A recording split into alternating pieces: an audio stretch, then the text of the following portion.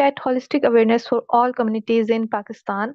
Our initiative is basically aligned with the various United States Sustainability Development Goal. We focus on leaving no one behind and building a sustainable future for Pakistan, particularly in rural areas. Thank you. Thank you very much, Fiza, for the briefing. So this session is under Standing Committee on Research Exchanges under MSA Pakistan. Now I shall introduce our speaker, Dr. Shafaat Raza, MBBS, MD Internal Medicine, Research Mentor, BMY Health, Peer Reviewer, European Heart Journal, Emergency Medicine, MRCEM. Over to you, sir.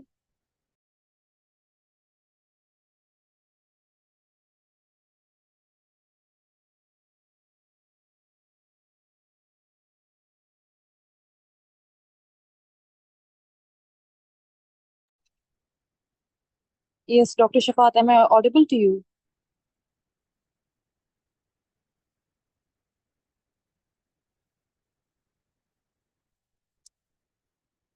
I guess there are some internet issues. We'll just get back on that.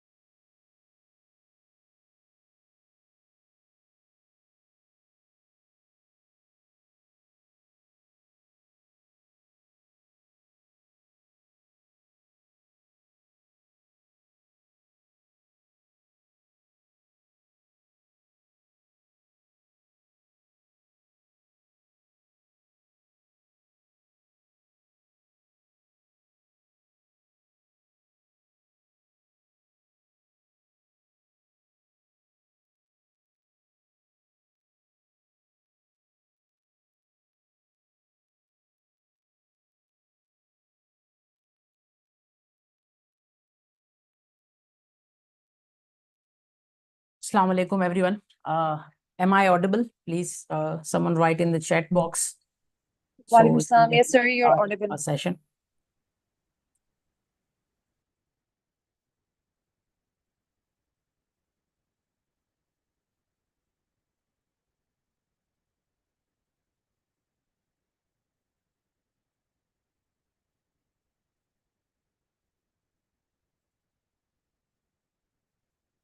Please, someone from the organizers. That's good. So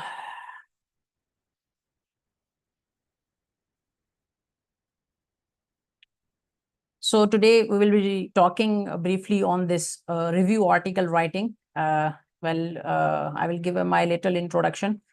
My name is Dr. Shafaat Raza, and I have done my MBBS from LUMS in 2016, and later I have done my post-graduation in internal medicine, and currently I'm also doing my post-graduation in emergency medicine as well.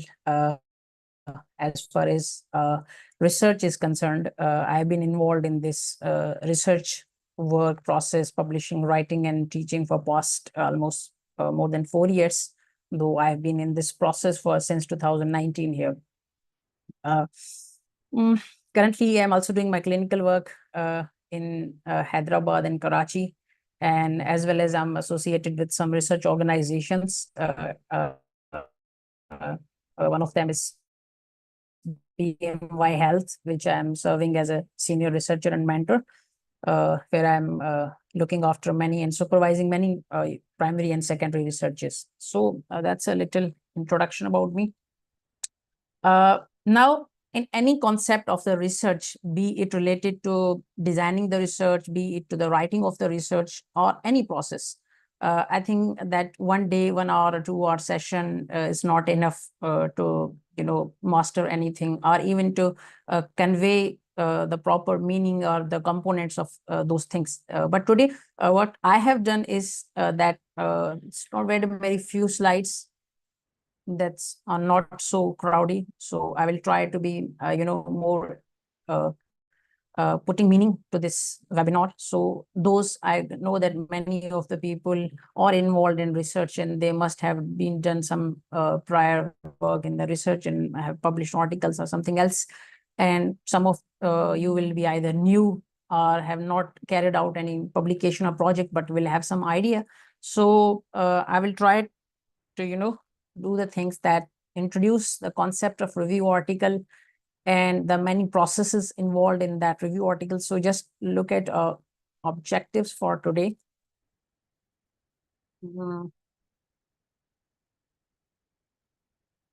So these are our brief objectives. Let me shut my videos so we have some.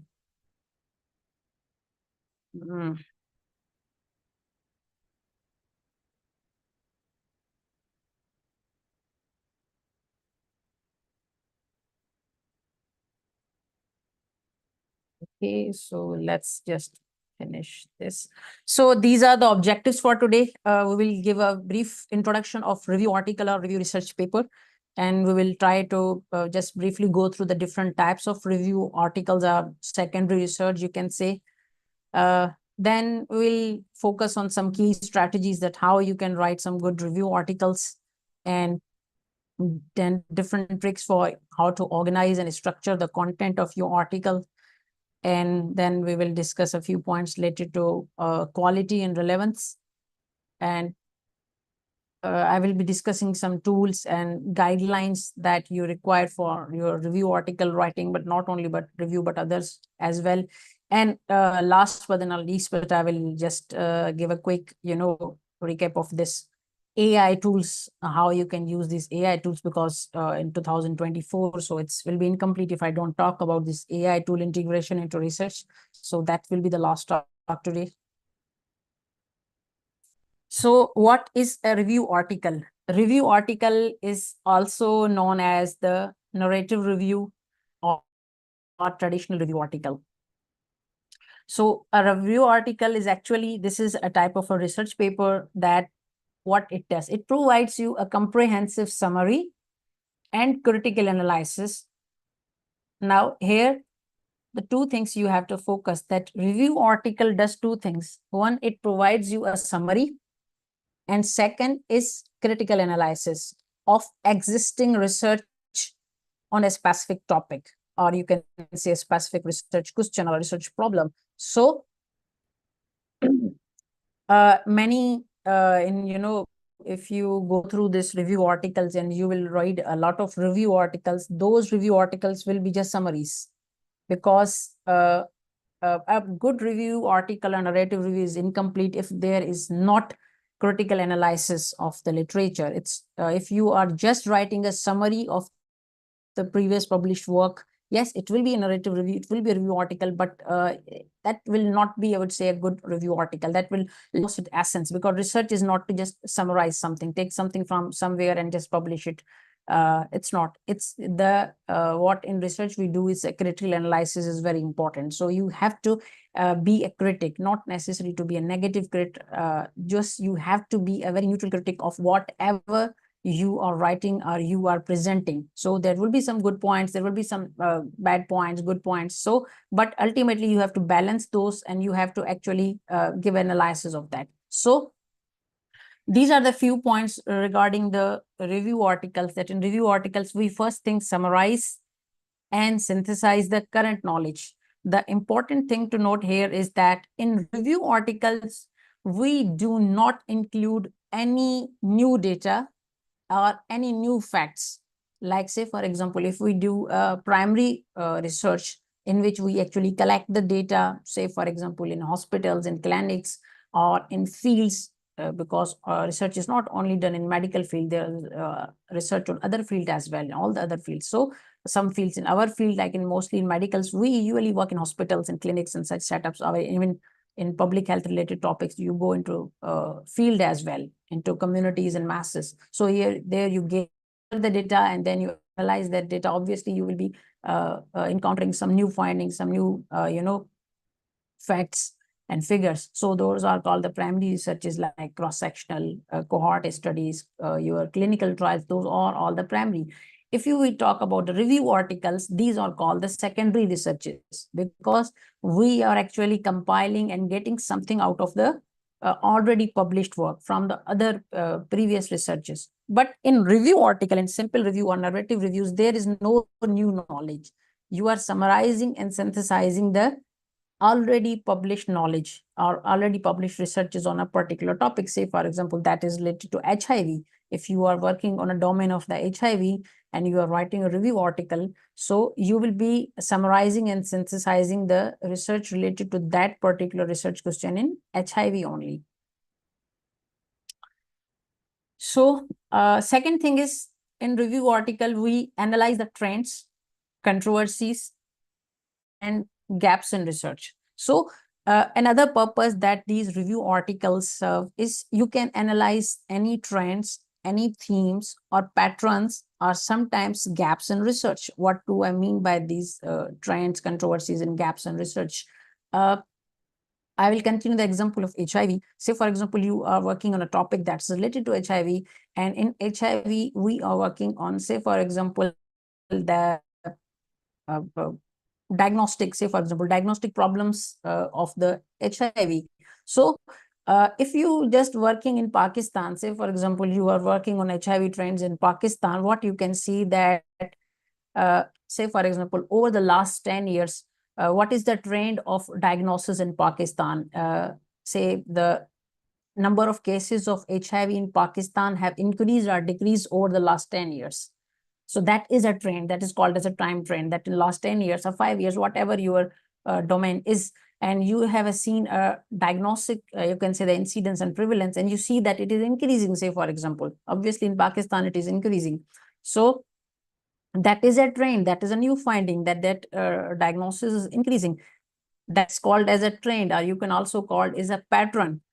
Then that is a one thing that you analyze the trend, but not necessarily that you will just only write about that trend. You will come across other things as well, that why that diagnoses have increased or decreased, what are the factors. And in controversies, you can also, in the same research, you will come across different other points as well. Say, for example, you can say that why that ratio, so numbers of the cases have increased. Why we are developing the new HIV rapidly? There are more cases are actually being developed of the HIVs, or the diagnostic facilities have improved. Or say, for example, government is running different programs like an HIV program, TB program.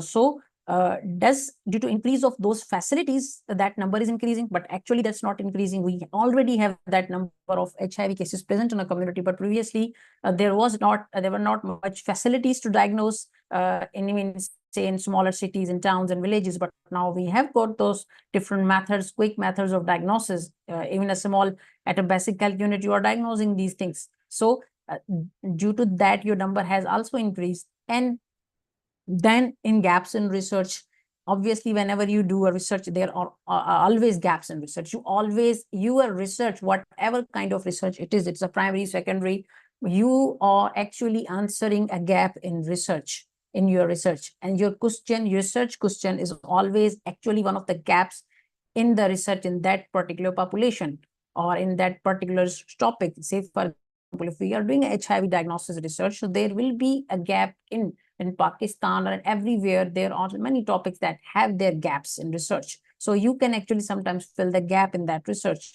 Or sometimes you did a research, you came up across different findings, but you also felt a lot of difficulties in doing that research. Some things that you expected that you will explore, you will find, but you didn't find, or you could not find due to barriers. And those failures, I would use a word, that failure to find something that you expected or that was part of your planning, but you could not, or there was a barrier to achieve some objective of research, or you identified certain other areas during that research that were not actually part of your research. But in your research, you will talk on those gaps, that, okay, these are the gaps available on this topic, or this certain health problem. And you will suggest that in future, research on these gaps should be done. So this is the concept of trends, controversies, and gaps.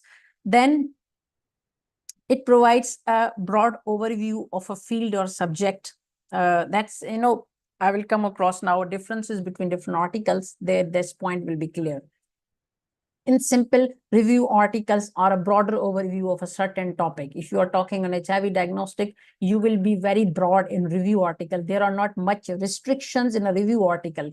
Just like if there is one type of the paper called systematic review, or in primary research is where your objectives are very specific. You will not write about everything and anything. You have a 2, 3, a 4, or sometimes only one certain objective of your research, and you will only be talking on that. Your data will be about that, and you will be not talking here and there. But in review articles, you have a very broad area. You can talk, quite broad. There are not much restrictions on that.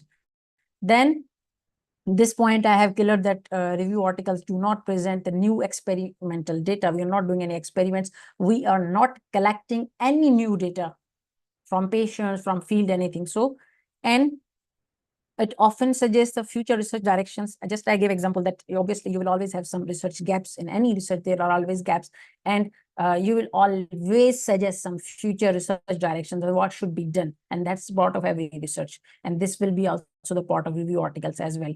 And one thing that's very easy to understand, that it helps the researchers and students understand the state of a field. This word state of a field is very important, that whenever, say, for example, you are going to start your research project, any kind of research project, first you will read a lot of papers, at least some 5-10 papers about that topic, to understand that topic and what has been done till now on that topic. What are the certain problems that are either not answered, or they are not fairly answered, or partially answered, or there is a lack. So you will identify those lacks or gaps, and you will do research. But how you will know that? Obviously, you will read about that problem through your textbooks, through your review articles. But in review articles, actually, you will understand. If you are going for HIV, if you read the 5 or 6 review articles of last 5 years, say, for example, you will well understand that what is HIV, in which parts of the world it is common, what are the problems with that, how it is being transmitted, how it is being treated, and what are the problems we are facing. So that you all is actually a state of a field, that you can say that field is HIV. So you will understand many broader points from even reading 1 to 2 review articles. So that's about the review articles. Or then types of the review articles.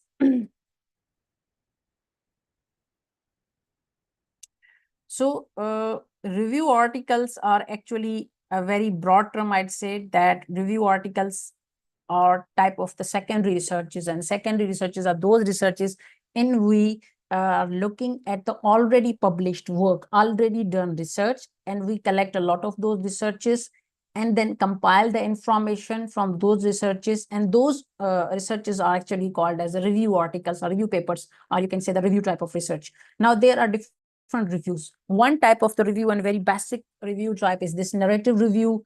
Simple, you can call it a review article, or another term is called as the traditional review. So these all are the name of this review article. Just we have discussed one thing, that's a review article.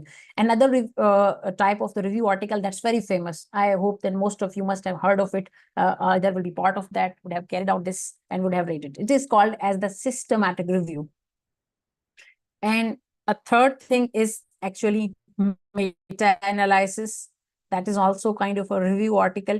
Usually the systematic review and meta-analysis are together. You will read that systematic review and meta-analysis. So they are usually together, but systematic review can also be done separately. That every, there's a, I'll simply that every meta-analysis is a systematic review. First, you do the systematic review and then you put a meta-analysis. I'm not going into detail of that, what these are, because these are not a scope of today's talk. But not necessary that every, systematic review is a meta-analysis. That's not necessarily that we do the meta-analysis of every systematic review. But for meta-analysis, systematic review is must. So they are kind of related. Now there are some other reviews that are actually, I would say, they are not very old. These review types have actually come into literature recently. That's been a few years that they have been introduced, and there are not much of those. And those type of reviews are called the scoping reviews, rapid reviews. Just recently, introduced this rapid review. Another term is called as the umbrella. All of these have their different purposes. They have different techniques. So I'm not going in their detail, but I think you should know that what kind of things are these.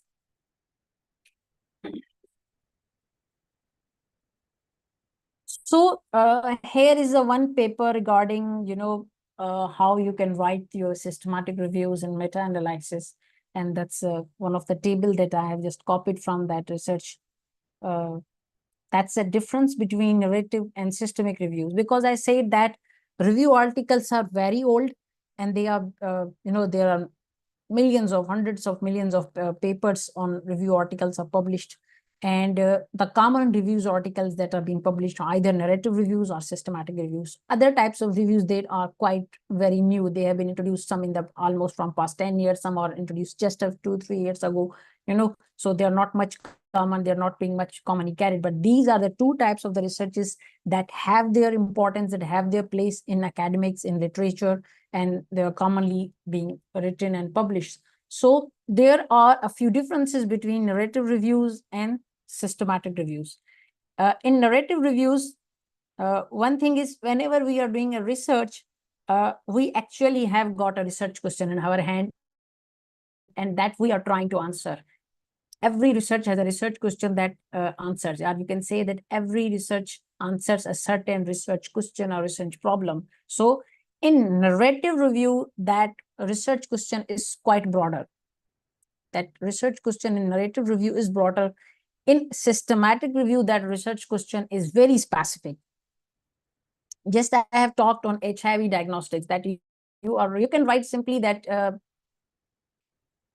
say for example, you can, in a review article, if you're writing a review article related to diagnosis of HIV in Pakistan, you can simply, write the title of the article could be like HIV dilemma in Pakistan. Or you can say the problem of HIV diagnosis in Pakistan. It's a very general term, very broad term, and you can cover a lot of things. But in a systematic review, you have to be, very specific. Your research question will be specific, and it could be either one or two research questions that you can answer. Say, for example, that I'm doing that research on diagnosis of HIV in pregnant women in Pakistan. Now, here I'm specifically talking about one thing, that is HIV diagnosis. Second thing, one thing is HIV, another thing is diagnosis. Third thing is Pakistan in a very specific region or country. And a fourth thing is pregnant ladies. So I have got, there is actually a system of creating that research question that's called as a PICO system, PICO. I'm not going in that detail, but we will be very specific. Just in an example, I have said that if we are looking on a diagnosis of that HIV in pregnant ladies in Pakistan, now I'm being very specific about the what I am doing, about what I'm doing, in which population I'm doing, and where I'm doing. Just simply understand this like that. In systematic review, a research problem or question will be very specific. In narrative, that's no need to be specific. You can be, but there's not a restriction. Usually it's broader. Then second thing is source. Here source is meant by actually that source of your data, a source of the information, where you are getting the information. Say, for example, you're writing your review article on HIV diagnosis. Obviously, you will find the literature, you will read different research papers and get the data out of those research papers, and you will obviously cite those resources. But in review article, you don't need to tell about the resources explicitly, that, okay, I searched this and databases, and these are the keywords I used. I will come across all these things now. That you don't need to tell about that. Okay, you search the literature from past 5 years, from past 10 years, or you search the literature from inception. That's the first article in that topic. It could be in, say, for example, 1940, 1960. So you don't need to be, tail that thing in your paper. But when it comes to systematic review, why it is called a systematic review? Because it is done in a systematic way. It has certain rules and regulation, and there are some checklists that we follow. I will talk on that quickly. So you have to be very comprehensive, explicit search approach. You have to tell each and everything, each minute thing you have to tell in the systematic review, that what are the databases you search, what are the keywords that you search on each of those databases, what was your time frame. That, say for example, you will have to tell that you searched the paper from last 5 years, last 10 years, in which region those papers was published, that you search, what kind of population it was in those. Say for example, these papers include adult population, pediatric population, older population, pregnant women. You have to be very specific. Which language papers did you use? Those are only English language papers, or that included some other languages as well. And you have to tell everything about sources of information. Then that is selection. Here, selection means that what kind of research paper.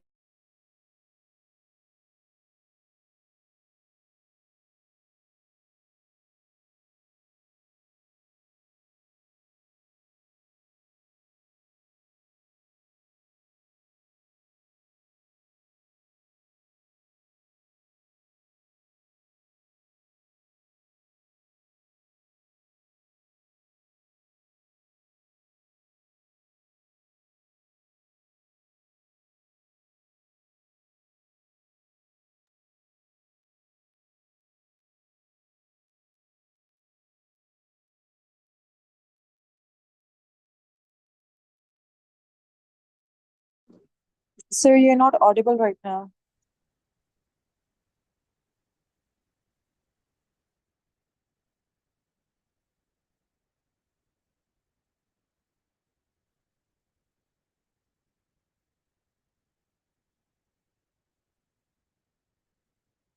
Please hold on. Maybe there is some internet issue.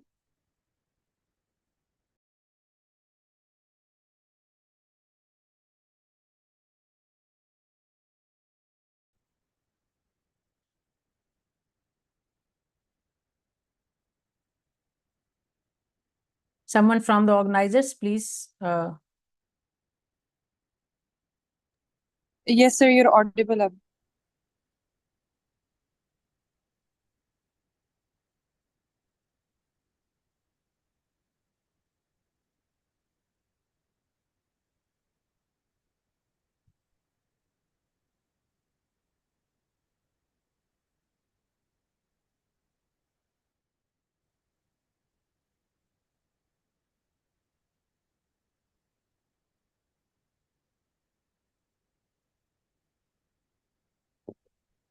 Okay, thank you for letting me know.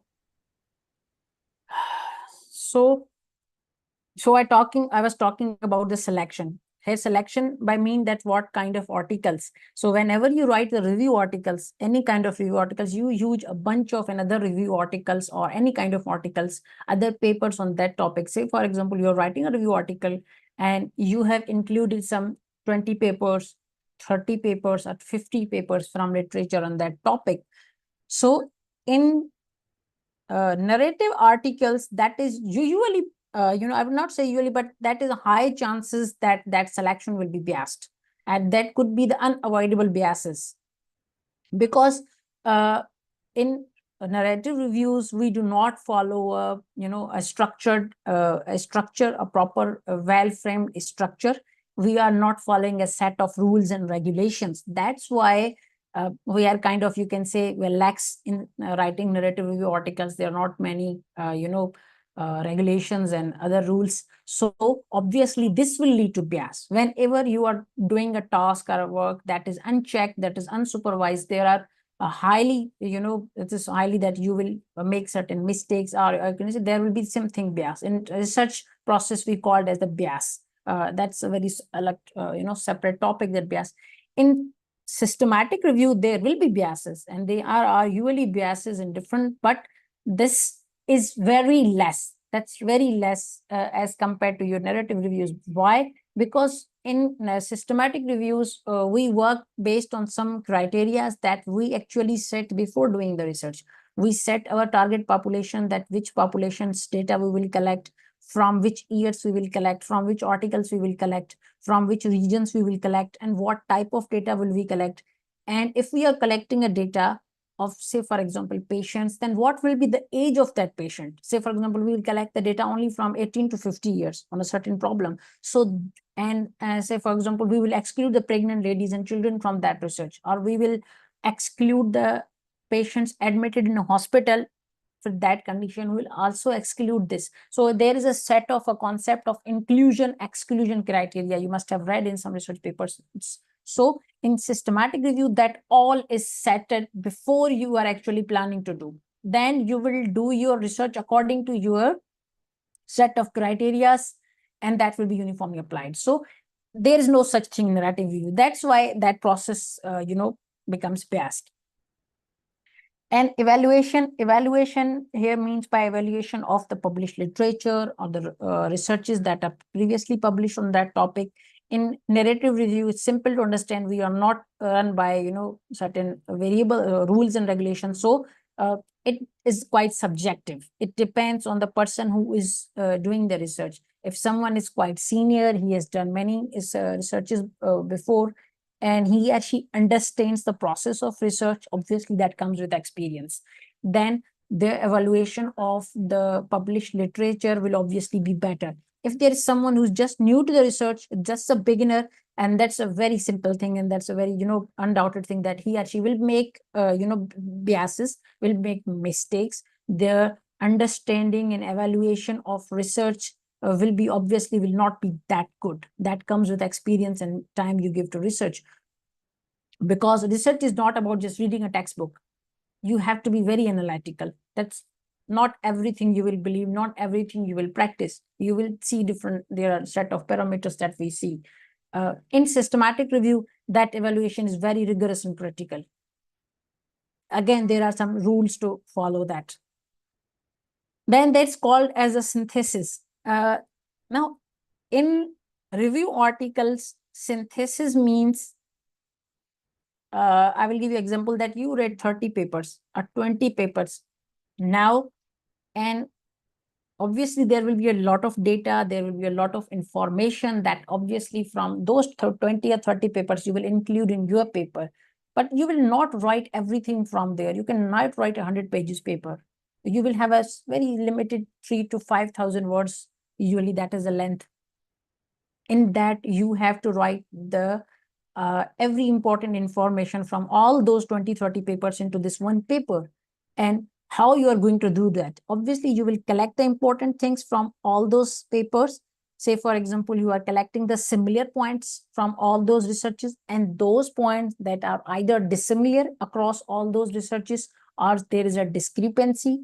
So you will collect those things from all those papers, and that you will present in your paper by writing. This process is called synthesis. So, for example, you selected the 7 different themes from all those data of those papers, and you will organize that and you will write under those themes. That process is actually called as the synthesis, that what data you are collecting and how you are presenting it. That process is called as a synthesis. Now, there's a term called as inferences. Inferences is a term that we simply use, that what is the meaning of that. You can say the what you analyze from that information, that is called as the inferences. If someone has worked with the statistics, that the 2 types of statistics, one is inferential statistics, in which we actually draw the meaning of the data. What does that data mean? What is in that?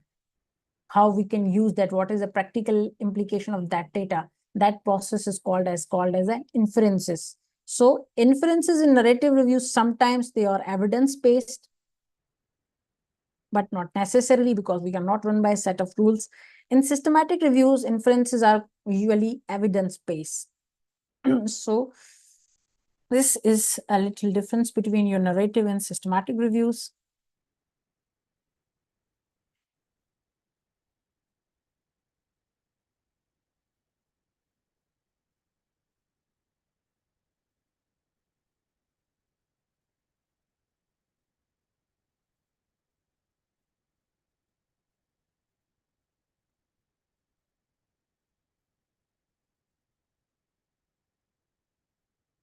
Okay, so here is a general, pros and cons of reviews.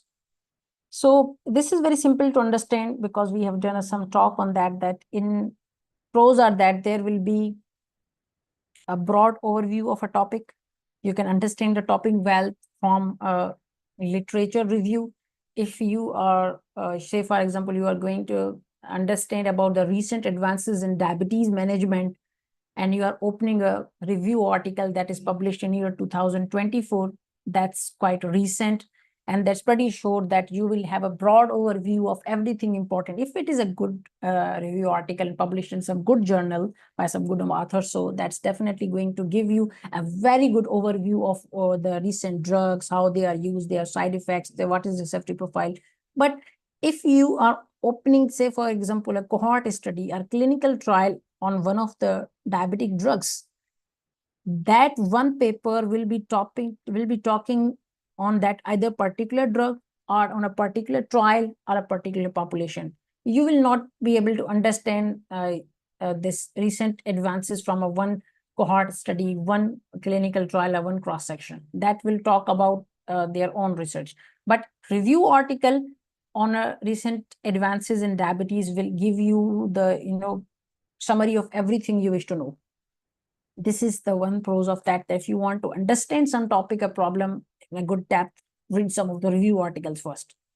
Then it has quite flexibility in content and structure. Thus, we have talked that there are not much rules and regulations for writing and conducting a review article. So you are quite flexible in content and structuring that paper.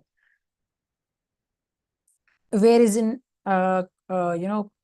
often easier to read and understand review articles, they are usually easy because they do not involve much rigorous process. They are not much technical problems with that, and very when there much statistical tests are involved in the review article. So this way it becomes somehow easier to read and understand. Then it allows for expert interpretation, that you can, if you are reading some research paper, you can actually make sense out of the things. I'm not touching the things that are very, different from today's talk. Then it can cover the complex or multifaceted topics. Yes, you can write a review article on any kind of topic. It's not necessarily the topics will be easy. That review article could be on any kind of topic, and they are usually available on every topic. And they are useful for theory development. By theory development is that by reading certain review articles, you can actually make assumption about certain research problem. You can make a theory about that problem. Here's one simple example I will give you from that you read the 5 articles on some topic. Now you got enough information and you got some of the research gaps from those reviews. And after reading the 5 reviews articles, you actually got one of the problems that, okay, this is the one problem that I can do research on. It could be a primary research, it could be a secondary research, but just reading those 4 papers, you actually grasped one of the problem from that research. Okay, this research problem is there. It is not much answered in the literature. There are very few studies, or it is not being, say, for example, you research across Pakistan that, okay, there are no study done on this topic, this theme, or there are very few topics. So you can have a, develop a theory in your mind that, okay, let's do a research on this particular theme. I have just got this idea from these 5 papers. So this is simply a meaning of that theory development. Then problems could be, you can say that you have potential for bias in study selection. We have just discussed, because there are not rules. So that could be, selection could be biased, and less rigorous methodology. Methodology is very not difficult from the this review article point of view as compared to other reviews and primary. And it can be subjective. I discussed that from the very start, beginning up to the end, this review article process can be very subjective. It depends on the expertise of the person who is doing that, planning that research and following all the process. Then it may not be comprehensive. We have discussed this. There is difficulty to assess the quality systematically. Whenever we do research, usually we actually have different tools. There are different tools that we use to assess the quality of a research paper. That's research is of a good quality, it's of bad quality, it is of intermediate quality. But that tools for quality assessment are applied only in the researches where a very rigorous process is used, where very important rules and regulations are followed, so that we can judge the research on each of those rules and regulation. Say, for example, we have a checklist that contains 10 points for assessing the quality of a systematic review, and you have opened one of the systematic reviews, and now you are looking for each of those rules, that does this research follows that rule or not. So you can actually make a good sense of that quality of that paper. But a review article does not follow much rules. So that's very difficult to follow the quality. Again, it depends on the person who is doing that. Then it could be influenced by authors' personal views, because review articles, yes, how it can be. Say, for example, our person is writing article on the malaria, and he or she has been treating that malaria in his or her country, and set up they are from the infectious disease as such. They have a lot of experience in treating malaria. So their mind is actually preoccupied with many things from their practice. So when they are writing about certain related to malaria in a review article, there are very good chances that they're going to be either some biases, or it is that paper is actually being influenced by their own experience. That not necessarily be true in every part of the world, or not true in equally in everywhere. So this is kind of example. If someone is expert in some topic, so their experience could influence when they are writing the paper on this topic.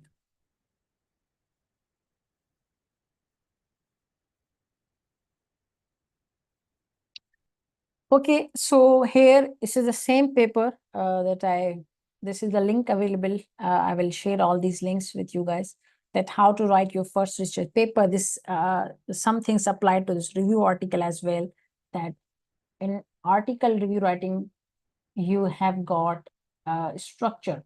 That structure is called actually the MRAD. We called it the MRAD structure, that is IMRAD. That usually is introduction, methods, results, discussion, and in the end we have got conclusion. So, and above all, we in the end write an abstract of that research. So when you are writing, the first thing is that schedule your writing time and outlook. That's not necessarily schedule in Outlook, but here the important thing which I will wish to discuss is that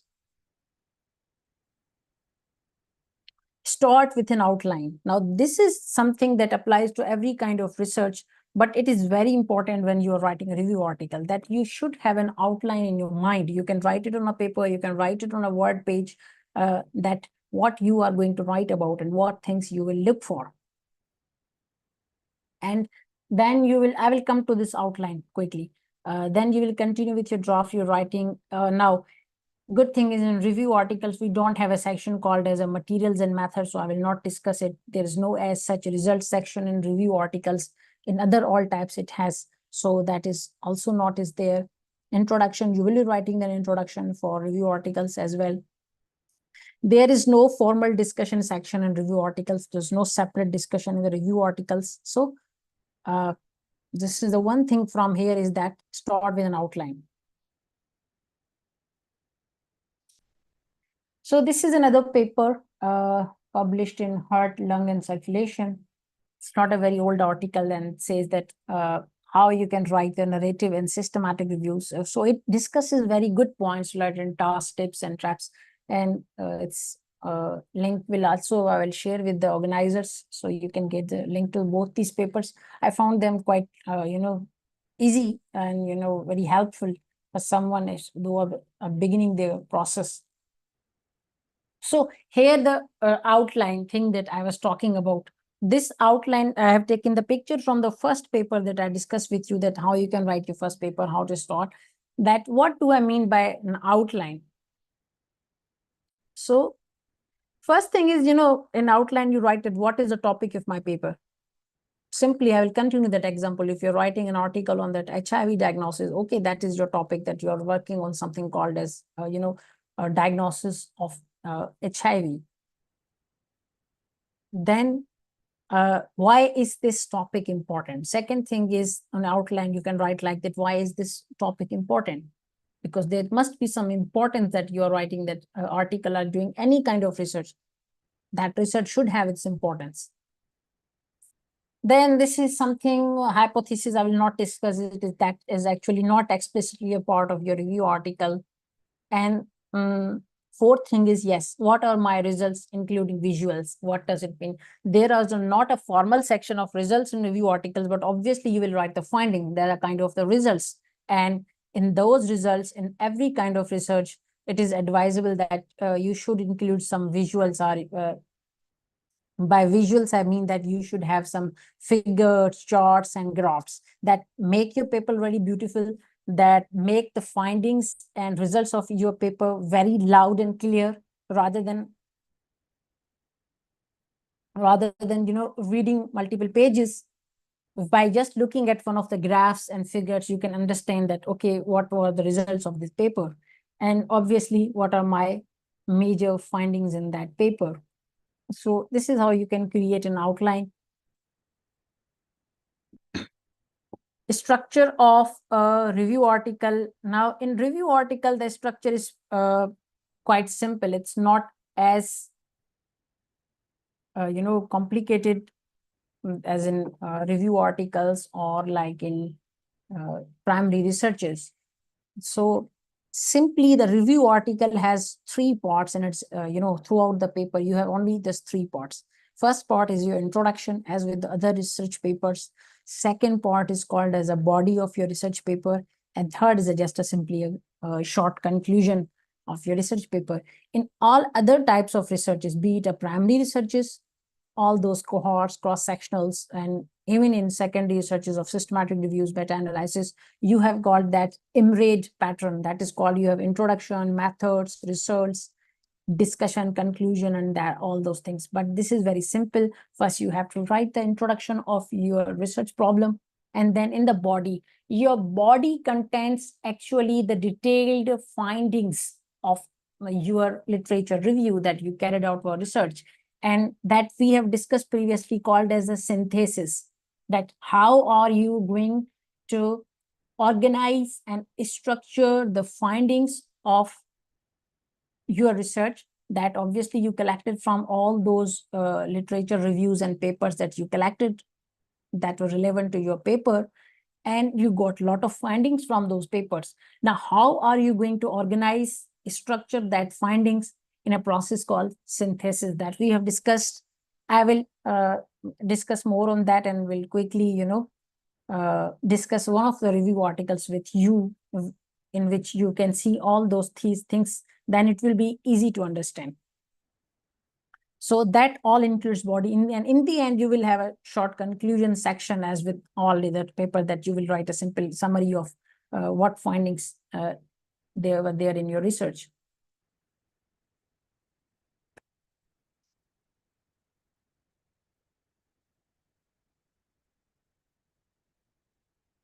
Now here, this is the one chart that I've taken from the first paper that I have shared with you. And it says that moves or actions that you can take in writing the research paper introduction. And this introduction writing is pretty similar in all kinds of research paper, not only review articles. It's very simple. It has a certain 3 or 4 rules. That first, you have to establish a research territory. Here you can mean that you have to introduce your research problem in first section of any introduction. And what does that mean? That in first section, you have to introduce your topic generally. You will give a general introduction of a topic or research area that your research is on. Then you will move down, and first you will talk out, just simply talk generally on that problem, and you will then talk about its importance, any interesting problem that you have got in that research problem. And then you will go to the second option. That's called as find a nick. And by nick here, it means that indicate a gap in the previous research or extend the previous knowledge in some way. Now, here is in introduction. First, you are very broad. Say, for example, you are writing on this diagnosis of HIV or HIV. So how you will begin your introduction? In first two, 3 lines, you will just say that what is an HIV. Oh, that's simple. You don't have to go in detail, because in usually in writing introductions, we have a very limited word count to write on. Usually it's a 1 page. You usually have from 500 to some 1500 words in different journals. That's a requirement. You have to complete your introduction in those words. So that roughly becomes a 1.5 page. So first, just introduce your topic, say what is HIV? HIV is this, how it is caused by HIV, how it is spread. One thing, you give the information about general. Second thing, you can write about that, the global burden of HIV, that, okay, this is the number of cases of HIV being diagnosed annually. Then you can write the mortality due to HIV worldwide, that this is the mortality in HIV. So what are doing, you are building your case. Someone who is reading your paper, actually you are now first starting very generally, and now you are just becoming narrower. More you will become more specific. So first you describe the HIV, then you described how it is caused, then why it's important, why you are writing on HIV, because it has got a lot of mortality throughout the world. It is, it is contagious, it is spreadable, it is spread. So your partners, it can spread from mother to child. And then it has got a mortality that's very difficult to treat. These are 3-4 lines that you will write about the HIV. So from there, now in the introduction, you will move to what your paper is doing, what you will do in this paper about HIV, because that is, everything is available in the literature. We know about that. Why are you doing a research on HIV? Now, in second section here, you will actually write about your problem. Obviously, you found a problem on the, problem. So say, for example, you got a problem related to early diagnosis of HIV in Pakistan. Just I'm giving examples to make it easier for you to understand. So, and now you will formally talk that diagnosis had its own barriers and problems and this, and you will say that in here Pakistan, this is a problem. It could be anywhere, not necessarily you can talk about Pakistan. Worldwide is a problem, early diagnosis, mostly in low-income countries like in Asia, Africa, and some other parts. So now you will talk about your problem or your research question in that topic, because HIV in itself is a topic. Diabetes in itself is a topic. But you will be writing your research paper, you will be doing research on certain problem in HIV. So you just introduce the HIV, why it is important. If someone is telling you that this disease is causing 50,000 deaths in a year in Pakistan, or in, say, India, in any country, what you are actually trying to convey, you are actually conveying the importance of that thing. I'm just talking in the medical background and medical related world and research, that if there's some disease has got a lot of mortality, or some disease is difficult to diagnose, though it's very common, or certain disease that very difficult to treat. So that is its importance, why the research is important, that thing. So now you introduce that you are doing research on this problem. Your problem or your research gap is done, either that is not done previously, or second thing that you would do in every new research will do any other 2 things. Either it will indicate a gap in research, it will answer some of the gap in previous work that is not answered, or it will extend the previous knowledge. Now, what you will do, you will outline the purposes or state the nature of the present research. Now, you said that, okay, this is the problem with the diagnosis, with the early diagnosis. You wrote about that. Now you will say that, okay, what we are going to do in our research so that we can understand that problem. You can say that, okay, we will go into communities and we will see that what are the barriers. We can say what are the problems. So you can include the data from hospitals, from communities, that what barriers are there, why it's not being early diagnosed. That's the purpose of your research. Then obviously in that introduction, in the end of third or fourth part of introduction, you will actually write your research question or hypothesis, that what you are going to do. So this is simply about the introduction. I will, discuss it a way better when we are opening a review article. In simple words, I would say that in introduction, you have to go from broader to very narrow. First, you will start very broader, and slowly, you will narrow down it to your research, your problems, and what are the objectives of your researches and how you are going to achieve that. That's what we do with the introduction of every paper. Now, this is very important. These are actually the principles of how you will organize and structure the content of your review article. The first thing that I had discussed, that you will create a logical outline, and how you will create an outline. Obviously, you will not create a blank outline. You will read the literature about that topic. You will read the papers, and from where you will come across certain problem. You will select that problem. Then you will collect the data and articles and papers related to that problem. And then you will actually have some idea in your mind that how you can, what outline will be for your paper. What are the possible themes in that paper that you will write on. So this is the, table I've taken from the paper, that it discusses that how you can organize that whole information for your paper.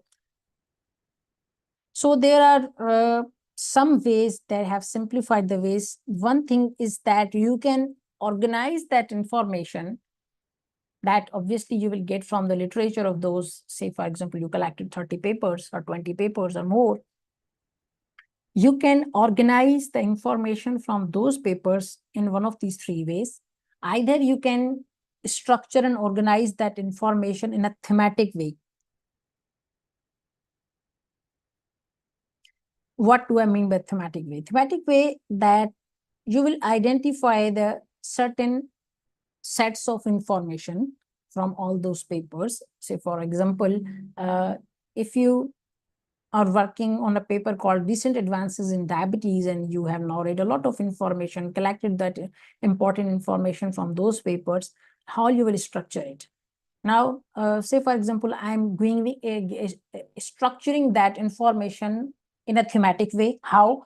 That, okay, my first theme will be like introduction to diabetes management. Second thing will be you can say that older drugs. The second heading could be that, and obviously that paper will contain about that. You will write briefly about what were the older drugs and what were their benefits and not. Third theme will be newer drugs, new advances in diabetes management. This is a theme because all those papers on that new advances will be talking on that. You will find, more or less similar, literature. Obviously, there will be different, difference of findings in those papers, but you will find in that theme in all those papers, and you will collect a narrative under one that heading, that is the new drugs. That will be another theme. You collect about their information, say, for example, 1.5 page or more with 2-3 references in that.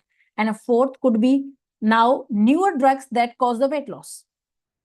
That's a one theme, because most of the new drugs that is they're being launched in the market from past 8 to 10 years, they are focusing a lot on weight loss, because weight gain and increasing weight, and that's a very big problem with diabetes. Most of you will be knowing it. So one theme will be that, about that, what is the update on that? What is the information till now on the newer drugs, whether or not they are causing weight reduction or not, how much weight reduction they are causing, is it beneficial or not? Fourth thing will be like, what is the safety of those drugs and other themes. So now obviously there will be information on those papers regarding the safety. You will write about safety under that one theme of safety. And other thing is, say, for example, adverse features or tolerability. Okay, what are the adverse features of these drugs? There are some drugs that are causing adverse features. Like one drug is called as the GLP-1. That's a glucagon-like peptide-1 drugs. They're very good in controlling diabetes. They are good at controlling weight reduction. These drugs are, for being used for weight reduction without diabetes. People who don't have diabetes are being prescribed these drugs for weight reduction. But say, for example, one problem associated with GLP is that they cause very bad nausea. They've got very bad nausea, especially initially. So many people just leave their drug. Oh, I can't take it. It's causing too much nausea. But so you can see that how much problematic that nausea is. Then some people, there's literature says that in some cases that drug causes the pancreatitis or even pancreatic cancers. So there's a if you are reading about adverse features in 20 papers, 30 papers, you may find some interesting facts. So, that you will write under that safety theme. And your fourth, fifth, sixth theme will be like, what are the future directions? You will suggest the future direction. Okay, that these are the problems, or you can write a section on limitations, like not these are the limitations or the problems with these researches, and you will suggest future thing. This is how you are organizing data in themes. This is one thing. Another thing is either you can organize that data in a chronological order. And chronological, from medical stool, you will be knowing that from old to new, or you can say from chronic to acute. This is why we do. We take the history that you start with a chronological way. So you start collecting the information from those researches, that what was available information on that particular problem in past, then what is an information that came after that, what is the most recent information, what are the problems. So you can actually collect your information in a chronological way. Older information first and then new information later in the part of the paper. And third thing is methodological. Now, in methodological, I won't go much into detail of this topic because I guess that all the participants will be much familiar with methodologies and these things. But in there are various papers that have their own methods in which those researches were conducted, and we can talk on their methodologies and their weaknesses and strengths to answer that question. That I won't go much, but I hope that this organization and synthesis now will be a bit clear to you, that how you can handle that information from all those papers for writing a review article.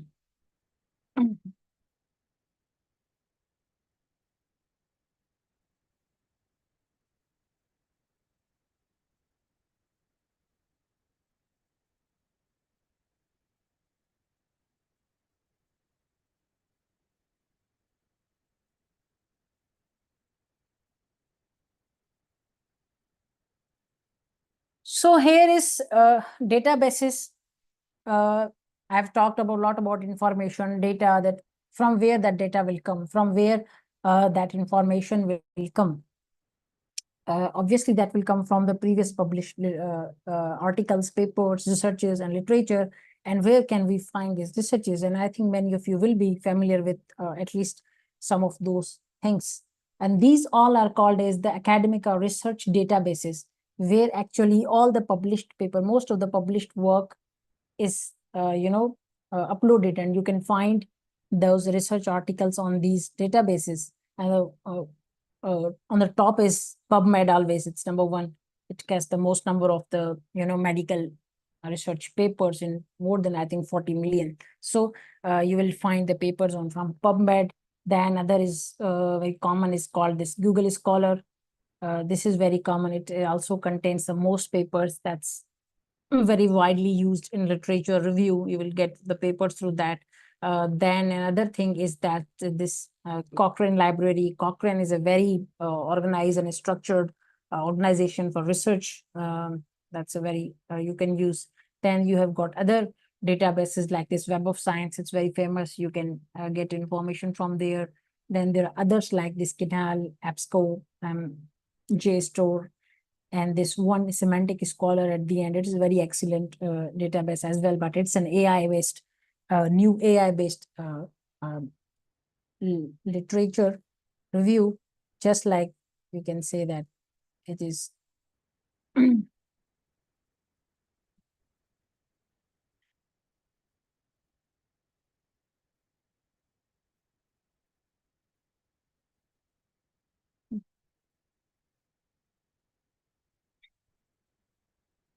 So that I will discuss in AI as well. So these are how you can write the impactful review papers, how you can write the good papers.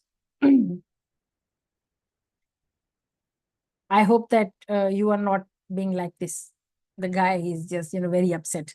And why this guy is upset actually, that he just has read a paper, research paper. And after reading that research paper, now he's just lost. And why this guy is lost in that research paper? Because that paper had got some problems. One thing, that paper does not have a clear scope and objectives. The paper is, say, for example, about diabetes, or you can say it about any other topic. But that topic does not have clear objectives. It starts with something and then it talks about many things. In the end, it summary says something else. So this guy is just worried, okay, so what this research paper is all about? It lacks the clarity of objective. So whenever you are writing a research paper, be it a review article, any article, that your scope and objectives should be clear. Yeah, by objectives, I mean that why you are doing research, which research problem or question your research paper or your research is going to answer. Just few minutes ago, I gave you an example that I'm doing a research on barriers to HIV diagnosis in pregnant ladies in Pakistan. You can say, so my objective will be to try to find out the problems that pregnant ladies are facing in Pakistan, or our health system is facing to diagnose that HIV in Pakistan. That why when those many females, they are coming near the delivery, so then they are being diagnosed about the HIV, and by that time they have transmitted that HIV to a fetus that has not even born. So now we are actually have this double-edged sword problem, that your mother is at risk and your baby is at risk, even before being born and after being born, if he or she is born with HIV. So you can understand the problem for the baby, for the mother, and whole the. So what are the problems? So here, so I'm just clearly stating that what I'm going to do. And obviously that will be stated in my research paper as objectives and my aims, which I'm not going in detail how will be it. But you should be very clear. Your objectives and scopes and research questions should be very clear. Second thing is, should conduct a thorough literature search. That I have just shared with you the different databases, and you are doing research. So it's not like that you want only to PubMed, you got the 5-10 articles, read about that articles, got the data from there, put into article in a very haphazard manner, without any structure, without any certain object, and you just wrote anything. One thing surely is that the paper will not be published at a very good journal, though it can be published. There are other problems with the publishing, but that wouldn't be a good paper. If a good paper is published in a good journal, or that paper is in itself is a good, so it only be possible that you should have a literature search very thoroughly, very vigorously. If you're not reading the literature, if you're not going through the literature very well, then obviously your understanding of the topic and then writing of that paper is obviously going to be compromised. That's pretty simple. Then third thing is, just we initially said that in review article, what mostly people understand and write about, that's just summarize the previously literature, and that's a review article. That is not the essence of review article. It is a type of a research paper. It's research. What I mean by research is a very rigorous process. It's a very complex process.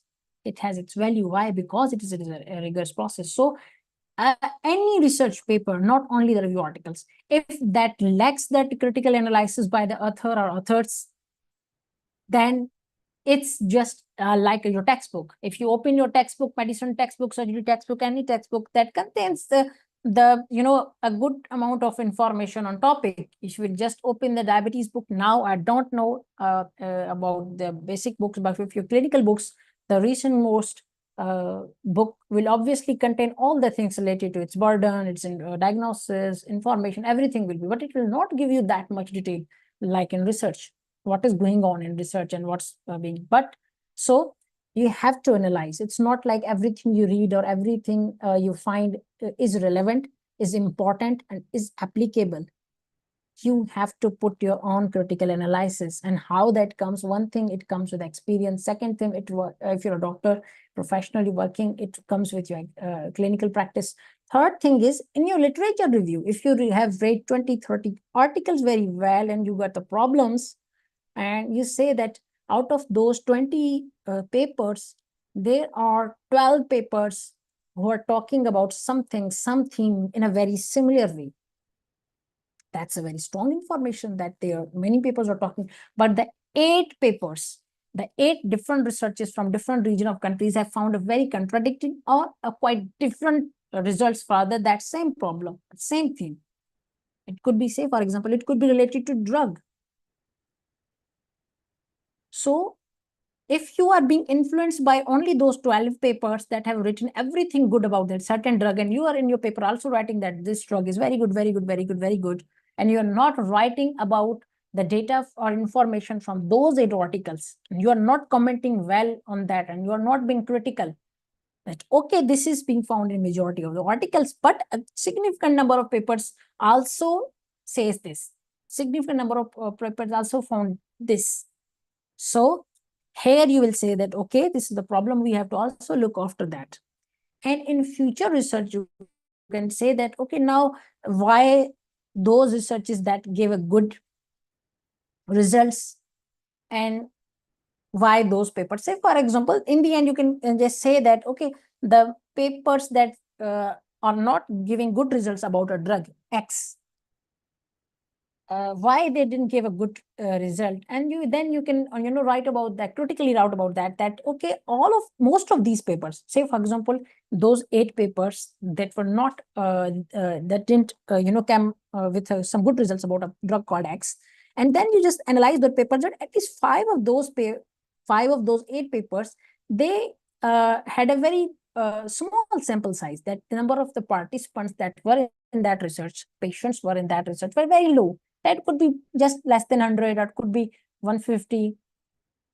So there were not much participants. So obviously data was not that strong, finding will not be that strong. So we cannot generalize the findings from just 300-400 people.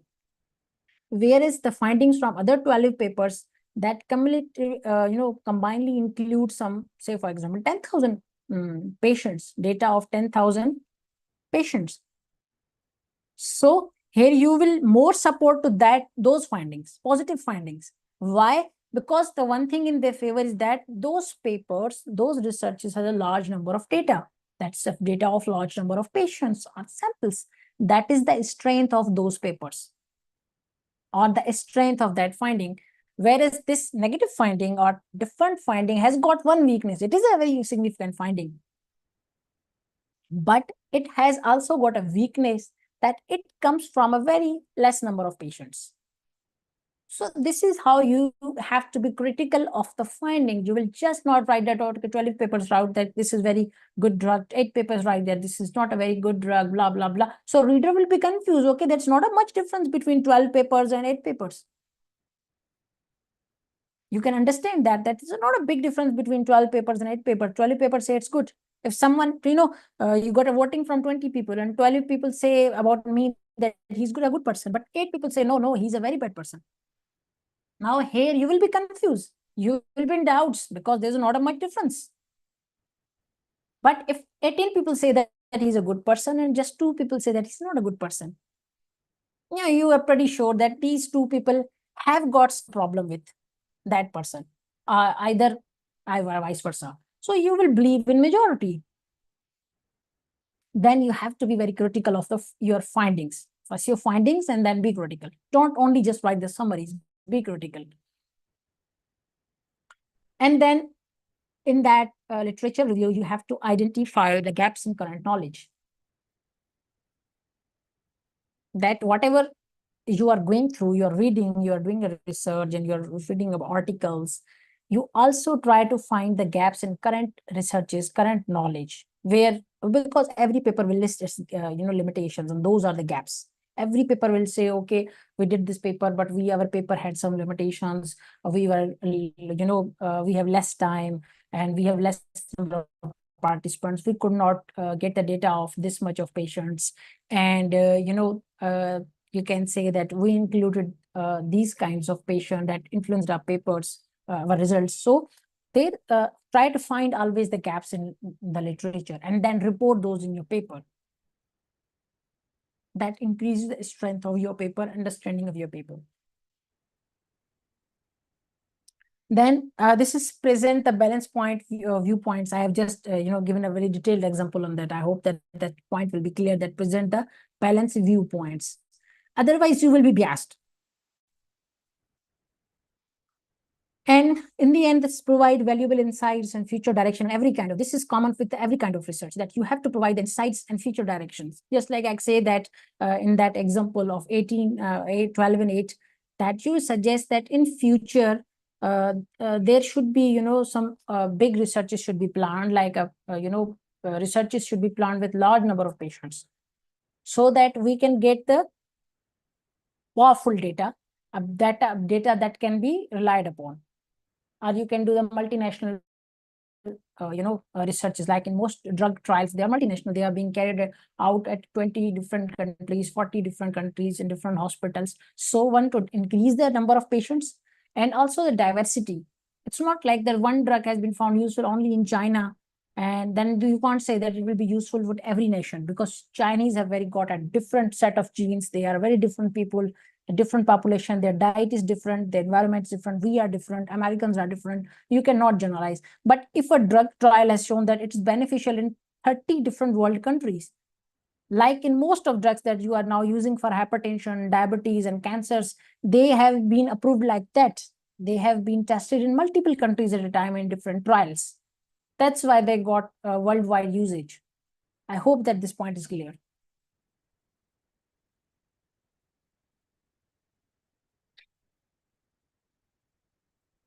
Now here is another tips for how you can organize and structure your content. Some of the points I have discussed, many of the points I've discussed, that you have to create a logical outline, and you have to import, use visual aids like tables and figures. I've talked that you always use tables and figures to present your data. That just makes the thing easier to understand and makes your paper quite beautiful. And then craft a compelling introduction and conclusion. I've discussed that importance of introduction and conclusion. Few things more are here. It says that use the clear headings and subheadings.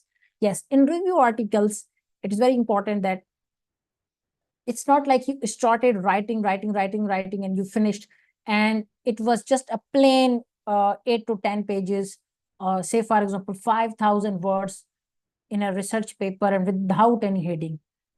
There is no gaps, nothing, and just 10 papers are being passed, and they are written 5,000 papers, 1,000 words are complete on a paper. You open and you will just, you will be like that guy. Okay, what is there? So you have to write in clear headings and subheadings. From here, I will go back and I'll show that you have to write in, structure it in a themes, either in a thematic way or in a chronological way. I've discussed that in the previous slides, that the whatever data or information you are getting from the literature, you organize it and structure it either into different themes, those are your headings and subheadings, or into different chronological orders. Obviously, then, if your paper has 5 themes, then some of those headings or themes will have some subheadings or sub-themes. I will show you this point in a paper. This point will be clear there. And then it says that, okay, ensures a smooth transition between sections. These are some things related to writing that will come in our next slide, so I'll discuss it there. It's not that important here. Okay. This one pro tip, it is from experience, and as well as from I got it from most the experienced researchers, and they just agree on this point, that always follow a similar published article as guide. Simple, if you're writing a review article and you are trying to write it for some good journal, and it is related to diabetes, Simple. Go on to one of the top journals, like you can go on to JAMA, you can go to American College of Cardiology journal and other journal like Circulation. They're very good journals, and try to find 1 to 2 review articles. Say, for example, you are writing about some article on heart failure, and now go to American College of Cardiology, go to Circulation, and at least go and download 1 or 2 good papers related to your paper. Obviously, there will be papers on that topic related to your topic. Try to download 1, 2, or 3 of those review articles. Read them, see their pattern, and say, for example, you are targeting those 2, 3 top journals, and see what kind of papers are being published, how the authors, those published on those, those journals, the people who have successful to be published on journals, how they have structured the content, how they have written the paper. Download that, keep a copy of that paper, and when you are writing your paper, just follow some of its pattern, follow some of its way how they have written. This will make the things easier for you.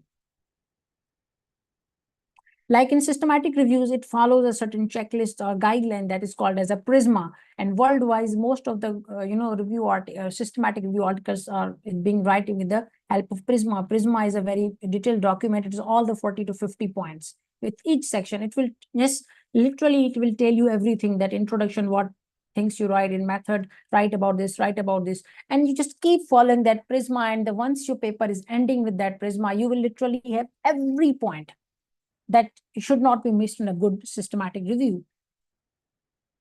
And in all the good papers, in all the good systematic reviews that are published in good papers, you will say that more or less the pattern will be similar because they have followed the PRISMA. If you're not following PRISMA, then it's very difficult to write a good systematic review, because PRISMA is being used by worldwide.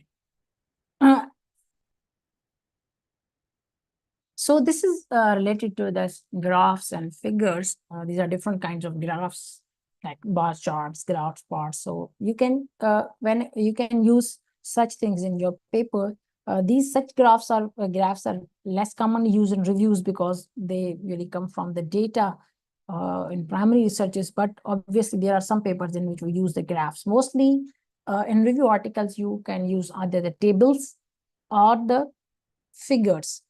And there are different ways to get these figures. One way is to you can yourself create those figures related to your topic. Another is you like some figure in someone else's paper and you wish to add in your paper. You can use that, but with the permission. You will email that author of that paper that, okay, I'm writing paper on this, and I like your figure from this paper, and kindly can you allow me to use that?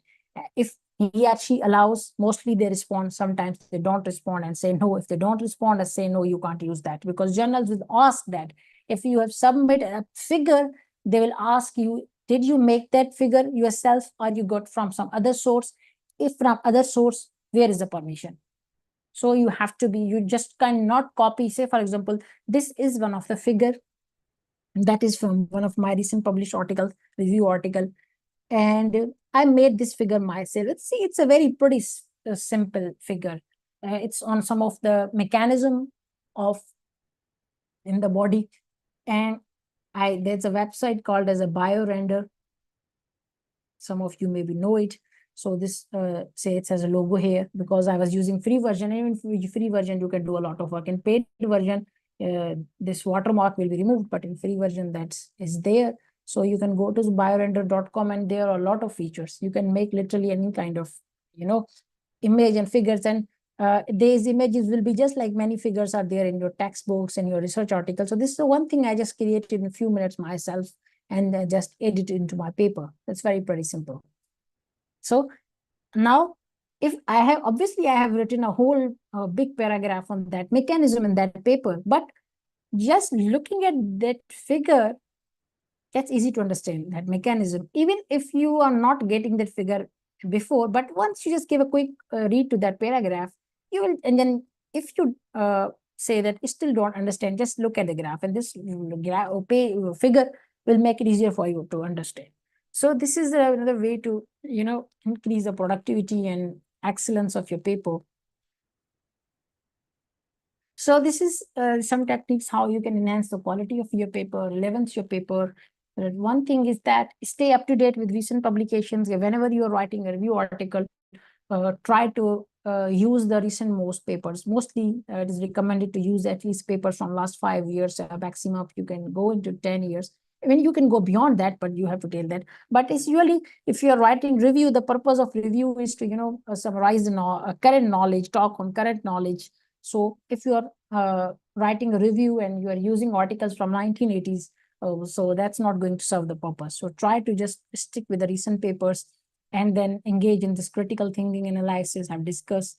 Use the evidence-based arguments. Here, evidence-based arguments, if you are supporting some information, some fact, or if you are opposing some argument in a paper, then you have to give the evidence. Say, for example, you have to cite this one or more of those papers. If you are opposing some fact that in just preceding paragraph, you write about some information, about some fact, data, and next paragraph, you are writing different to that, about same, then support that argument with references. Give reference to one or more papers that have said this, that have found this, that this drug works or does not work, or how it works. So you should always be have an evidence to whatever you say. Then provide the this context for research findings. This is very important. Obviously, you will say the findings, but it's not like you read everything and believe in it and you will use it.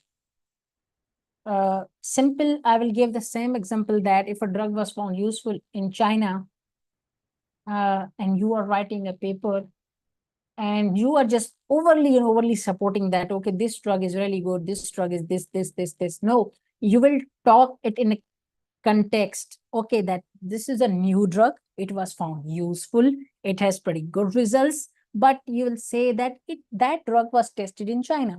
China is a very different population, it's a very different country, people are different, the genetics is different, the diet is different, and we cannot say, we cannot generalize those findings to the whole world, to other kinds of population, and we have to do the other researches in other countries as well to prove that drugs works even in Asian, say for example in Pakistanis, even in say for example African people and American people and European people, they all are different. So you have to interpret the findings in that context. You will not just, if you get some information in a paper and just copy paste it and write in it and just you can say that's fine. No, you have to write the context for that paper. Then is address the conflicting results in the literature. This is the same thing I have discussed, that example of 12 and 8 papers. The 12 papers found positive results, 8 papers on the same drug found less positive or somewhat different findings. So these are conflicting findings, and you have to address that, why they are conflicting, how they are conflicting. I have discussed that you have to provide, there will be somehow, most of the cases you will find the answer to that. Sometimes it's not, there are no answers to conflicting findings, in which you can suggest yet maybe future researchers can answer to that. Then that becomes a research gap.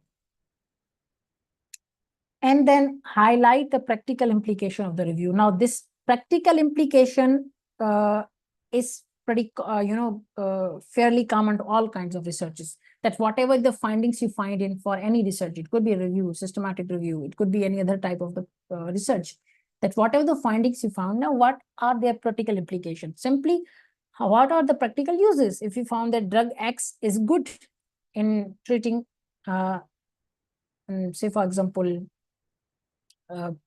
lung cancer, then you will have to write the practical implication that how we can use that drug.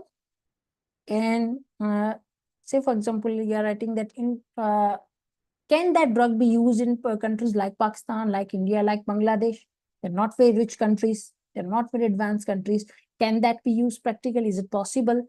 And other thing is, in countries like us, we get cancer patients usually at the terminal stages because of the late diagnosis. So obviously, that drugs are not going to work here. So you have to write about those practicalities of how that findings can be useful in real world. So always try to comment on the practical implications of the findings you find in your research.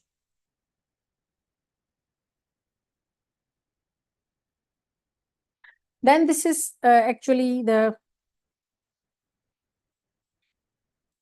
some good academic writing. This is common to every kind of research, any kind of academic writing paper you're writing, you have to follow some rules of writing, that you should develop a very clear and concise writing style. It should be then use the active voice and strong verbs. That in academic writing, try to use active voice as much as possible. Do not write in passive voices. That makes, that's difficult to interpret, read, and that's most journals and authors, they just advise that write in active voice. And avoid the jargon and explain complex terms. Avoid jargon in your paper. When you're writing in research is a very rigorous writing. It's a very academic writing, and you cannot write here and there. Do not write jargon. Just stick to the point. Stick to your objectives. Be very clear. Otherwise, someone will read your paper and will be like, that guy, oh my shit, what he's saying.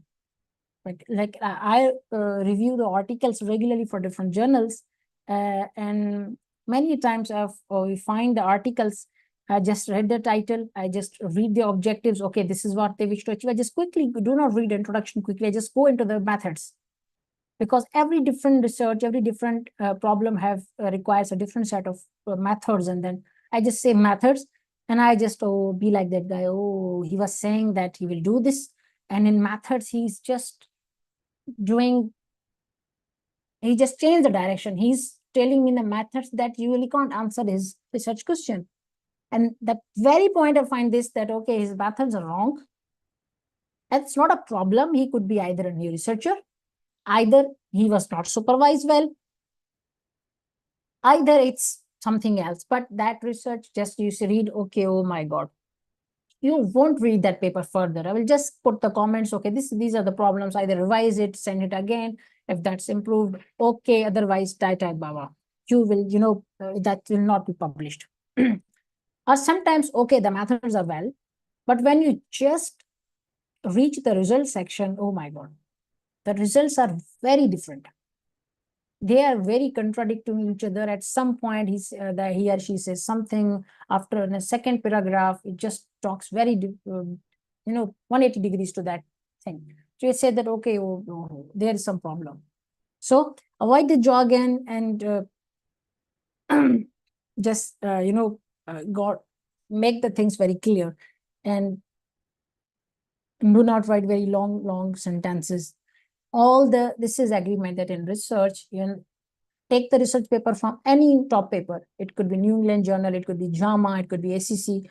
See that how simple is the English writing, how simple is the writing. They need you good English, but that English is to be simple.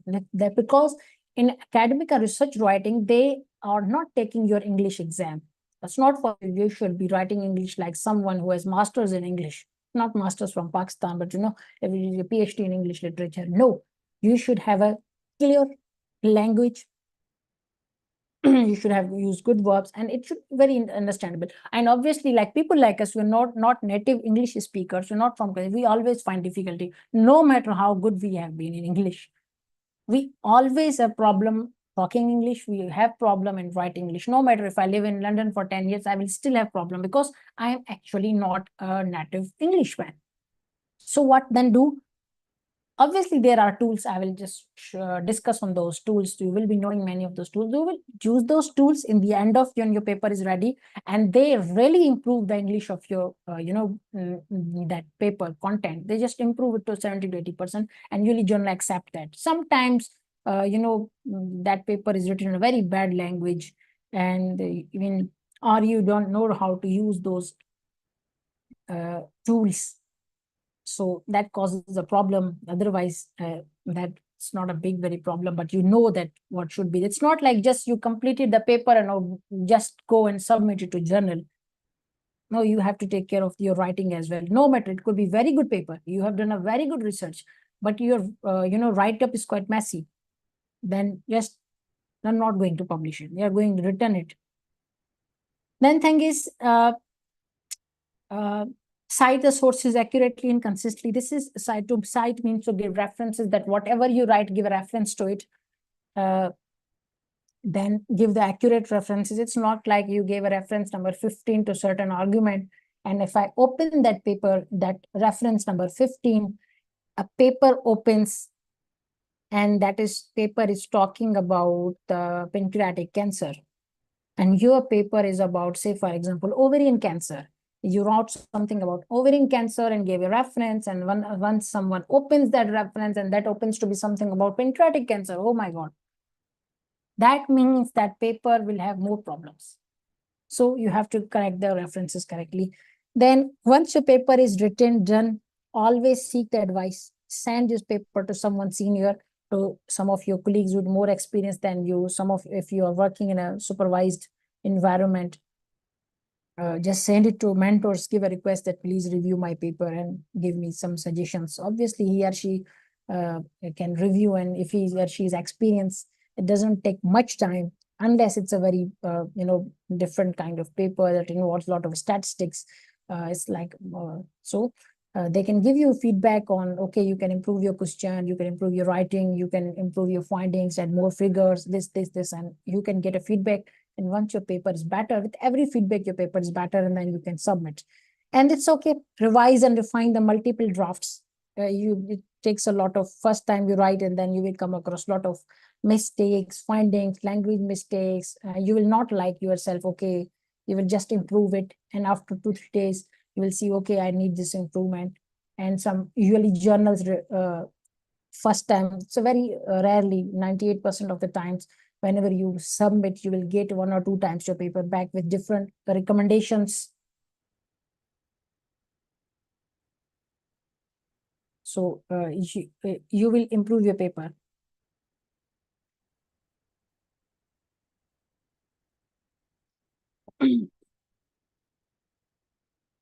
Then review. In review, review is the same thing, taking feedback. It simply I would say it includes the macro structure and micro structure. In macro structure, it's the content of your paper.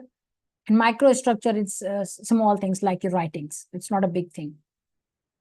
So these are the tools for academic writing. It's not limited to your review articles. It's like in checklists. Though there are not very hard and fast rule for review articles, but there is one tool called as a Sandra that is available online PDF. And if you are using that Sandra to write your papers, it has some directions. It will give you some directions. Okay, use do like this, write introduction like this, write your results like this. So that will increase the quality of your paper, and rigorous, whoever reads it say that, okay, this has followed certain, guidelines or criteria. So that improves your paper. Then you have got this reference management tools like Zotero, Mendeley. You have to use different databases. For grammar and spell check, there are tools like Grammarly, ProWriting, different tools you can improving grammar. And plagiarism detection, at the end of your writing, when you're done with your paper, you use tools like Turnitin for checking the plagiarism, and the other after tools for different journal specific guidelines and checklists, which journal to choose, how to choose. This is the Sandra checklist. This is available on the network, and it has actually 6 points, and it will give you guidelines that how you can, this is a checklist. These are certain things that your paper should fulfill, and that's very easy. You will just open it and read it. You will understand it. It will just make the things really good for you. It will just make your paper quite structured. So these are again different tools that you can use in your writing process, like this. Zotero is a reference management, Grammarly, Quillboard, these are language tools. This Gen is for finding appropriate journals. And then this ChatGPT is an AI tool. You can use it for writing assistance. So this is probably the last theme that I will discuss today. It's AI integration and review paper writing. So I think it will be incomplete if I don't talk about AI in 2024, because when we did researches in 2021, 2023, we do everything manually. There was no AI tools. But now there are different AI tools that you can use for literature search. You can use that AI for brainstorming ideas. You can ask for different research gaps, research ideas on any topic. Then You can summarize the papers. Just if you are having difficulty understanding a paper, that paper is too long, just put it into some of the AI tool and get its summary and main findings. That's it. It will save your time. Then you can just quickly analyze the trends from research papers very easily by saving your time through AI tools. You can use the chats, like you can use the ChatGPT, Google Gemini for your language correction enhancement. Then it's ethical and consideration limitations and a very separate topic. So not going in detail. So these are different tools that you can use almost for free for your research purposes. That's one is called as this Research Rabbit. It's a very good literature review tool. Then you have got the Semantic Scholar. It's a very good literature review tool. You have got SciSpace, another excellent tool for literature review and extraction of data and other things. ChatGPT, it's very famous, and you can get it ChatGPT for getting research ideas, getting research gaps, your language correction, data analysis. So a lot of things you can use this. Google Gemini, it's a AI tool from Gemini you can use for same purpose. And there are other tools as well, like Poise and D, they are really good. You can use those researches as well. Oh, this is something that's actually not part of this webinar, but I just put it here, that how you can just do research in AI, that you can simply follow this process. You can take the screenshot of this. That's choose your research interest, brainstorm some ideas and topics through ChatGPT and Gemini, and then come across a research problem, a research question, and then go and find some literature from PubMed, Google Scholar, and from AI tools as well, like Research Rabbit, Semantic, and SciSpace. And once that, then finalize the number of papers, say, for example, those 20, 30 papers, then get those papers into your reference manager library. It could be Zotero, it could be Mendeley or others. Then just finalize the number of papers and just write it with this AI. That is a very, brief scheme to use AI in writing your research paper. That's it. That's for me. And let me know if I have got time so I can discuss a review paper with you quickly to just show you the different findings.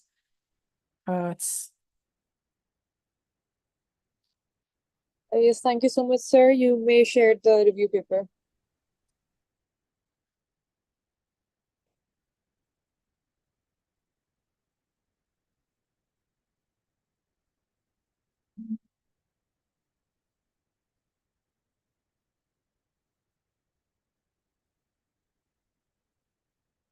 So, okay.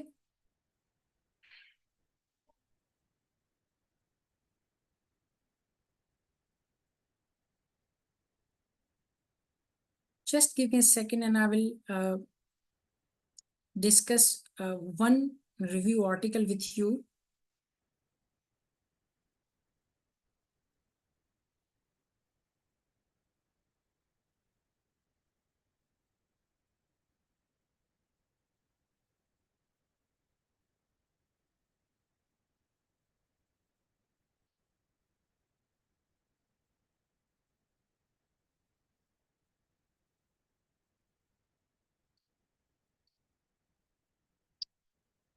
So here is the one research topic that I recently published. It was related to chloride and this heart failure. So see, this is the abstract at the start of the paper. I'm not going in detail. Just this is the abstract. And see, this is, I have started with writing the introduction. So my introduction is starting and gave it to theme number 1. And so here your introduction ends. At the end of introduction, see, I have used this, I will just use this one pen to show you these things. Okay, I have used this word Sandra that I have shown in this paper, that I have used Sandra checklist to write my review. That really enhances actually the quality of your papers. If someone reads your paper, because it is not necessary, it is not in guideline to use any checklist for review. But if you say that, okay, I have used the Sandra checklist, that's it's very surprising. Someone who reads will be happy, oh, that he or she knows about Sandra and they've used. And this search method, the method section is not a part of review article. It's not necessary, but I still wrote this search method section because it is in the Sandra to use that. And I told about very briefly about that. I used keywords, which keywords I used. These are keywords. Then I'm talking about which these databases I used. I'm also telling that from which date to from which date I carried out my literature review. Then papers published in last 10 years in languages, and what kind of papers did I use in. So I've been very, specific. This actually increases the reproducibility of my paper, which is not common with review articles.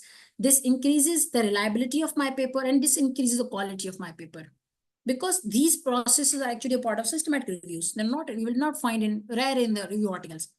But if are there, it actually rigorous. They show that that author has done some serious steps. That's why he or she is telling you. Then see, this I was talking about. I will just go down and show you one thing.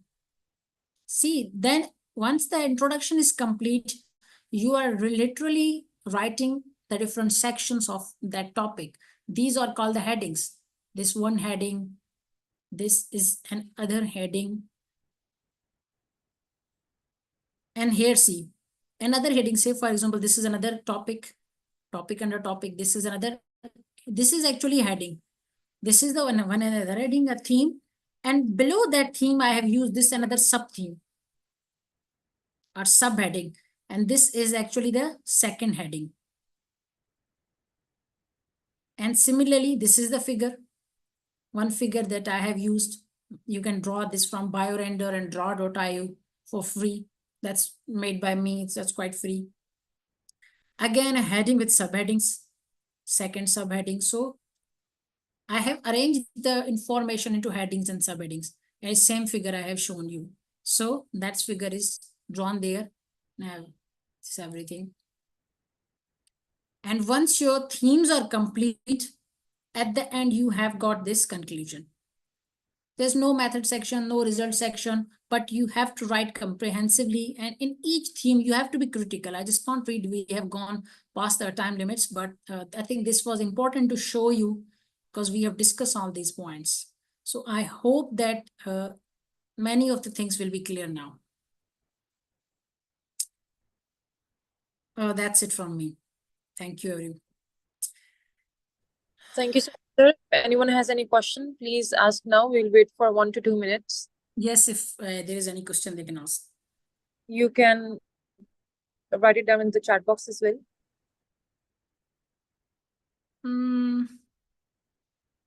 So, can you please see for any questions in the chat box, because I have not seen chat box for a while. So Yes, sir, I'm looking into that. They're asking for the link of the article and also the presentation as well. So please do share with me after the webinar. Okay, I will share the link to both the papers that I have used for information from, and I will also, with in the admin, there will be shared in group, and that will be done. Any other question from participants? You can write in chat box. Okay, Arisha Gul is saying that what is the minimum number of articles to be read to write a review article? Arisha, there are two things. One is that how many papers should we read, to start writing a paper or think about paper. Another thing is how many papers to use in a paper. There's actually no limit to both. If you are just going to start your research process, and obviously then when you are going to start a research process, you must have any interest, whether it's your personal interest or it's a topic assigned by a supervisor or anything else. So you will have to go through at least 4 to 5 papers on that topic in recent times to understand the topic, that what kind of researches are being done, are there any literature gaps, because you are selecting that are in initial process, you have not selected your topic or research question. So you will need to read at least 4, 5, or sometimes even 10 papers quickly, not necessarily to go door to tail, just understand the current themes and get what you are going to do. As far as writing is concerned, there is no limit. Usually they will find 40, 50, like in the paper I shared, I have given 62 references. So I have not used 62 papers for collecting data. I collected data from, because this was a review article, not a systematic review. I got the crux of the main data from 15 to 20 articles.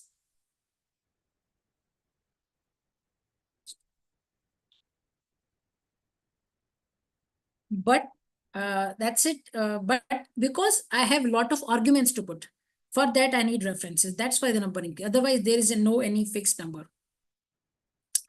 Now, second is, thanks, like best tools for, okay, best tools for referencing. If I give the answer one, that's my personal favorite, and it's overall the favorite of most people across the world, not only me, and that is Zotero. Zotero has a lot of features. It's very easy to use, free to use, best version. So just use Zotero. Then is subjective writing, and what is a timeline to review article, write a review article. Rishabh says that what's the subjective writing and what is the timeline? Okay, there is no a fixed timeline, to review article. It depends on something. You can write a review article in 5 days. You can write a review article in 1 month. It can take you 6 months. It depends on what the topic is, how, good are you going to write it, and it depends on your expertise, time you have got, resources you have got, and how many team members are involved. So that's no fixed. Ideally, if you are even average in writing, you have some good knowledge, you can review article, you can write simply in a 1 month. To be honest, if you're going 2-3 hours daily, you can write a month.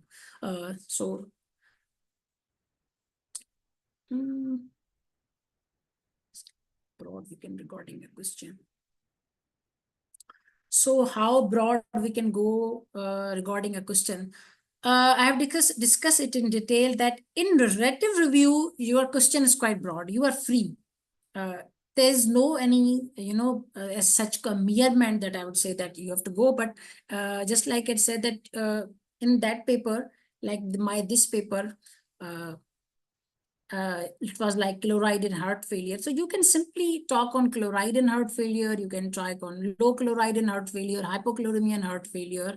And then it depends, obviously, try to give some objective always. I will advise you to, at least if it is a review article, because in all other you have to be specific. In review article, still try to be somewhat specific, because then it will increase the quality of your paper. It will make the directions of your paper well, and will also be easy to compile and write. So always try to bring some specificity. It's not a very requirement. Can we, that there are a lot of questions that Sir, there's one way out. We can take the questions through the post-evaluation form, and I can send them to you. You can answer them in the group as well later onwards. yes, as you wish, as you are the in charge, so you can just. I mean, it's also a bit hectic for you, so we'll take the questions on the post-evaluation form, and you guys can put up your questions over there. I'll forward those to sir. Thank you so much, sir, for your time and availability. Thank you. MSA-Pakistan and Health Bridge Pakistan is very grateful for your presence. And this was such a detailed session and such a good session. So Thank you. now, Thank you. now I would request everyone to please open up your cameras for a quick picture.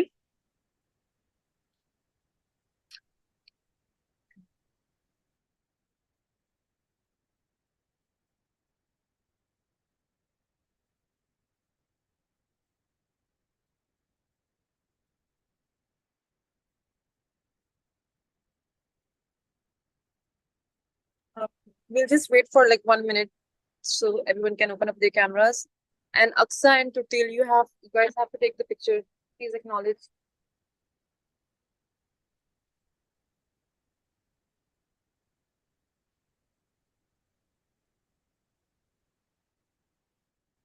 Just a minute.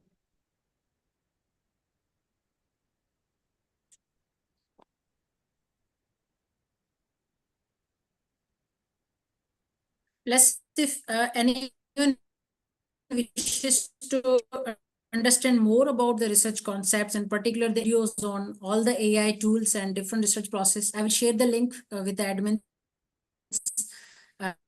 and that will be shared in group. So you can go to the channel and you can watch a lot of those things in detail if anybody is interested in learning.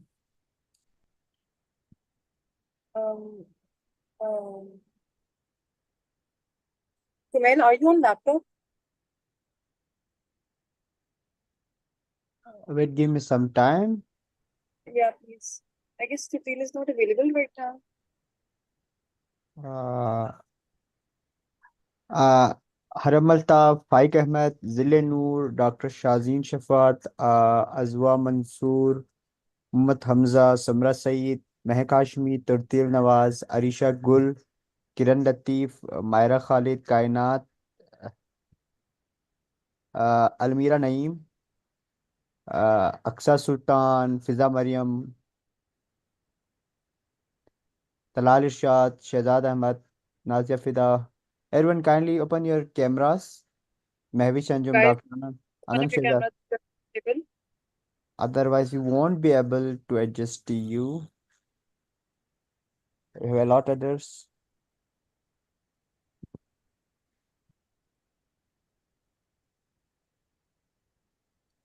I'm happy to see the audience from all ages, I believe. We have, I guess, So, professors here too. so it's final call. Then I'm going to take nap.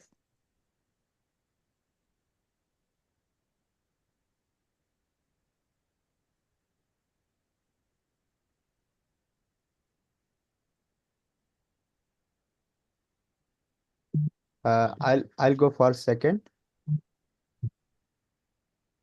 If someone is missed.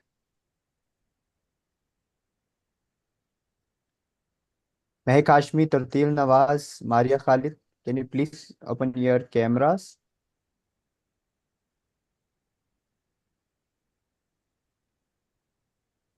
Okay, this one is second. Let me adjust myself. So we have second. Manahil, should we take third? Sorry? Should we take screenshot of non-video participants too? Yeah, do that. Okay, let me. Third, this one is fourth. Save as fourth.